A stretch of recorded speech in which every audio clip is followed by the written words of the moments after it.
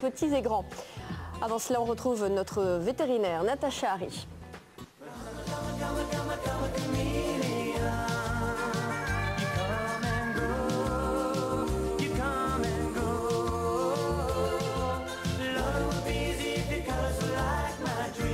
Ça va, Natacha?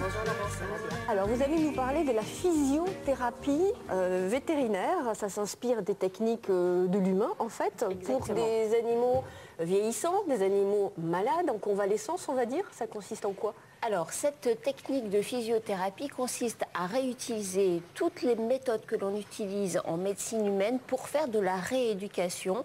C'est essentiellement destiné aux chiens, plus rarement aux chats, parce que d'abord, ces techniques parfois utilisent de la nage en bassin, et ça, les chats n'aiment pas trop, même si certains peuvent s'y soumettre, c'est quand même assez rare. Et puis surtout, en cas de problème de santé, généralement, les chats récupèrent assez bien et beaucoup plus vite que les chiens, tout à fait. Alors, on va utiliser lors de ces séances de physiothérapie, soit une rééducation par massage, on peut utiliser des ultrasons qui vont venir stimuler les muscles, on peut utiliser aussi des électrodes qui vont aussi stimuler les muscles, de la nage en piscine, bref, tout ce que l'on connaît dans la rééducation fonctionnelle que l'on a pour nous humains. Les chiens qui ont eu des accidents ou qui sont vieux? C'est destiné effectivement aux animaux qui sont vieux, qui vont avoir des pertes musculaires importantes, et ces pertes musculaires vont faire qu'ils vont de moins en moins se déplacer. Donc on est dans un cercle vicieux qui fait que l'arthrose, tout à fait, qui fait que l'animal va vraiment perdre sa qualité musculaire et donc devenir quasiment impotent. On peut aussi l'utiliser avant une intervention chirurgicale lourde, par exemple en cas de dysplasie. C'est un problème, par exemple au niveau de la hanche ou des coudes. Et ce sont des interventions qui sont assez lourdes en fait à réaliser sur les animaux. Et le fait de pouvoir au préalable développer la masse musculaire permet justement une meilleure rééducation. Ou alors on utilise ces techniques après une intervention. Je vous propose de découvrir toutes ces méthodes dans un centre qui les utilise vraiment de manière très précise et très pointue. Regardez.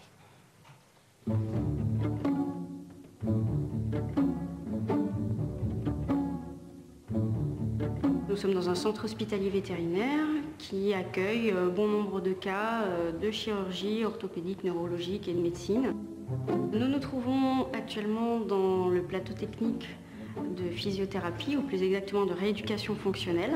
Ce chien est un berger belge malinois de 14 ans, donc un vieux chien qui a pas mal d'arthrose. Donc on va essayer, par le biais de la rééducation fonctionnelle, de soulager déjà la douleur.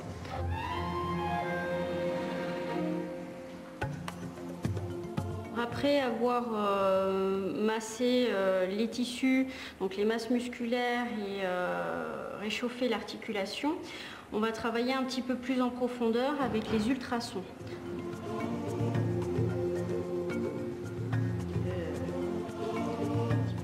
Les différentes techniques que nous avons à disposition, ce sont les techniques qu'on retrouve également pour les humains, donc qui sont adaptées pour les animaux.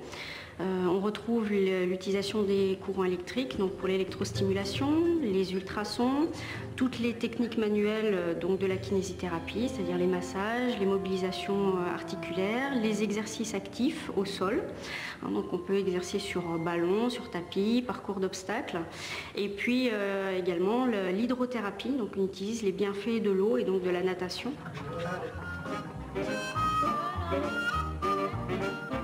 Alors ce petit chien a eu un problème de hernie discale avec intervention chirurgicale, donc hernie ancienne. Il a démarré le programme de rééducation il y a 3 séances, aujourd'hui c'est sa 4e séance, et donc il est en voie de récupération depuis la séance précédente. Les résultats que l'on peut obtenir avec les techniques à disposition sont tout d'abord une récupération plus rapide de la locomotion, que ce soit suite à une intervention chirurgicale, un traumatisme ou un animal vieillissant avec de l'arthrose. On récupère de la souplesse, on peut travailler sur l'articulation en elle-même, donc sur les tendons, les ligaments et les masses musculaires. Donc on peut restaurer une masse musculaire, l'entretenir et la développer.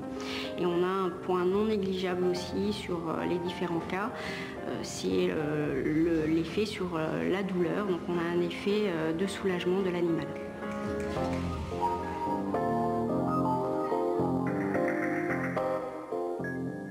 le chien, comme les humains, il fait du pilates avec son ballon, ça donne de bons résultats. Alors les résultats sont tout à fait concluants à partir du moment où on adapte le rythme des séances. Il ne faut pas faire 1 ou 2 séances comme ça. Il faut faire vraiment des séances à un rythme généralement assez répété, plusieurs fois par semaine.